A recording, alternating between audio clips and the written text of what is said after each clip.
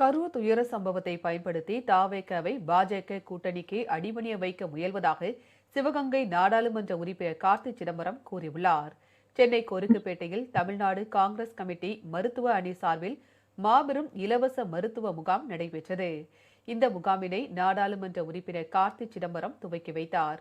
பின்னர் செய்தியாளர்களை சந்தித்த அவர், கரூர் துயர சம்பவத்திற்கு சிறப்பு புலனாய்வு குழுவை அனுப்பிய பாஜக இதன் மூலம் தாவேகவை தன் பக்கம் இழுக்க பார்ப்பதாகவும், பாஜகவுடன் கூட்டணி வைத்தால் எந்த கட்சியும் வெற்றி பெறாது என்றும் தெரிவித்தார்.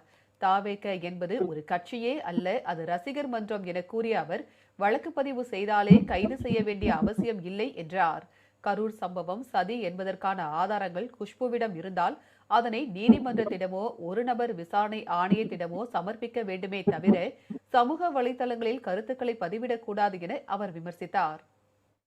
ஒரு கட்சி தொண்டர்களா வந்தாங்கன்னா அவங்களுக்கு ஒரு கமாண்ட் அண்ட் கண்ட்ரோல் ஸ்ட்ரக்சர் இருக்கும். அங்க ஒரு வட்ட செயலாளர் இருப்பாரு, ஒரு மாவட்ட செயலாளர் இருப்பாரு, மாநில நிர்வாகி இருப்பாங்க. அவங்க சொல்ற கட்டளைக்கு அடங்குபவர்களா இருப்பதா கட்சி தொண்டர்கள்.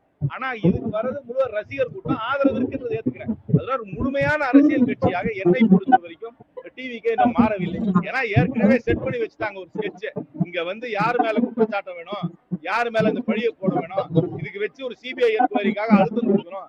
சிபிஐ மூலமாக அவர்களுடைய கூட்டணிக்கு ஒரு புதிய கட்சியை கொண்டு வர வேண்டும் என்பதற்காக நடத்தப்படும் நாடகமாகத்தான் இதை பார்க்கிறேனே தவிர உண்மையை வெளியே கொண்டு வருவதற்காக இந்த குழு வந்ததாக நான் ஏற்றுக்கொள்கிறேன்.